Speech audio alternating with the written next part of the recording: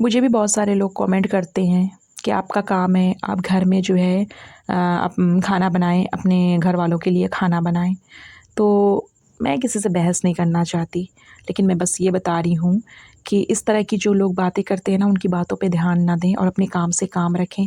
क्योंकि जब मुश्किल वक़्त होता है, जब आपकी फैमिली मेंबर, आपके माँ-बाप, आपके भाई-बहन कोई भी हॉस्पिटल के बिस्तर पर होते हैं ना, तो कोई भी आपका साथ नहीं देता। ये वक़्त मैंने देखा है।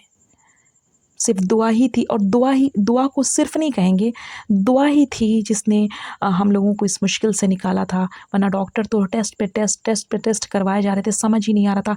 वो ऐसी बीमारी की तरफ लेके जा रहे थे जहाँ मतलब इंसान ख़्वाब में भी नहीं सोचना चाहता है।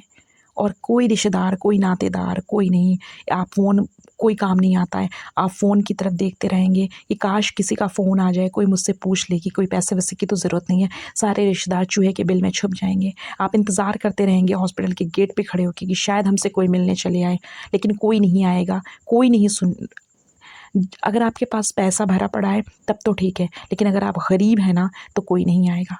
तो जो लोग इस तरह के कमेंट करते हैं कि आप चूल्हा-चौका करें, चूल्हा-चौका सँभालें, मत दो यार ध्यान। अपने लिए जियो, अपनी फैमिली के लिए जियो। ये जो इस तरह के लोग होते हैं, इन्हें तो आप जानती भी नहीं हैं। ये आपको नहीं जानते हैं, आप इन्हें नहीं जानती हैं। हाँ, इस लोग मुझे भी इस तरह के कमेंट करके चले जाते हैं, भाई आपकी मर्ज़ी है, आपका मुँह है, आप जो मर्ज़ी कहें। हमने तो जो करना है अपने लिए करना है, अपनी फैमिली के लिए करना है।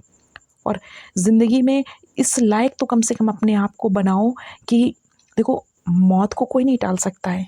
ज़िंदगी पैसे से नहीं खरीदी जा सकती है, लेकिन हॉस्पिटल के बेड पे सिसक-सिसक के कम से कम माँ-बाप ना मरें। ऐसा तो ना हो कि पैसों के लिए पता चला दम टूट गया। बहुत से लोगों ने ये सिचुएशन अपने घर में देखी होगी कि जिस वक़्त डॉक्टर कहता है कि आप पैसे जमा कर दें, हम इनका ट्रीटमेंट शुरू करते हैं। और आप उस वक़्त हाथ जोड़ती हैं या हाथ जोड़ते हैं, मिन्नतें करते हैं, सब कुछ करते हैं कि डॉक्टर साहब आप ट्रीटमेंट शुरू करें, हम कहीं न कहीं से पैसे अरेंज कर देंगे। तो डॉक्टर बोलते हैं कि ये हमारी पॉलिसी के ख़िलाफ़ है, ये हमारी पॉलिसी में नहीं है, आप पहले पैसा पेड करें, उसके बाद इनका ट्रीटमेंट शुरू होगा। और इस बहसा-बहसी में कभी-कभी पेशेंट की जान भी चली जाती है।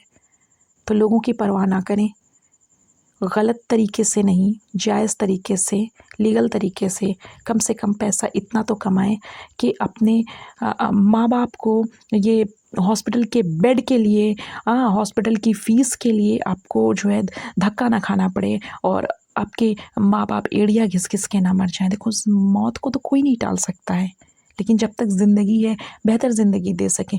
याद रखें, आप गरीब माँ-बाप की औलाद बन के ज़रूर पैदा हों, इसमें इसमें आपका कोई दुःख नहीं है, कोई दोष नहीं है। आप गरीब माँ-बाप की औलाद हैं, लेकिन आपके माँ-बाप जो हैं, वो गरीबी में ना मरें। इस चीज़ का हमेशा ख़्याल रखना चाहिए कि माँ-बाप गरीबी में ना मरें। और आप भी लड़की हो, लड़का हो, इससे कोई फ़र्क नहीं पड़ता है। लोग मुँह उठा के बोल देते हैं, भाई जिसकी बेटी है तो क्या मतलब है, वो अपने माँ-बाप को छोड़ देंगे कि जाओ एड़िया घिसो? गलत काम मत करो, सही काम करो, सही तरीके से करो। दुनिया क्या बोल रही है, बोलने दो। सिर्फ़ ये देखो कि हम किसी का दिल तो नहीं दुखा रहे हैं, हम कोई गलत काम तो नहीं कर रहे हैं, हम कोई नाजायज़ काम तो नहीं कर रहे हैं, ठीक है? और कभी कुछ ऊँच-नीच हो जाती है, तो अल्लाह से दुआएँ करें कि अल्लाह ताला सब्र दे। और आप लोग मेरे लिए भी दुआ कीजिएगा, क्योंकि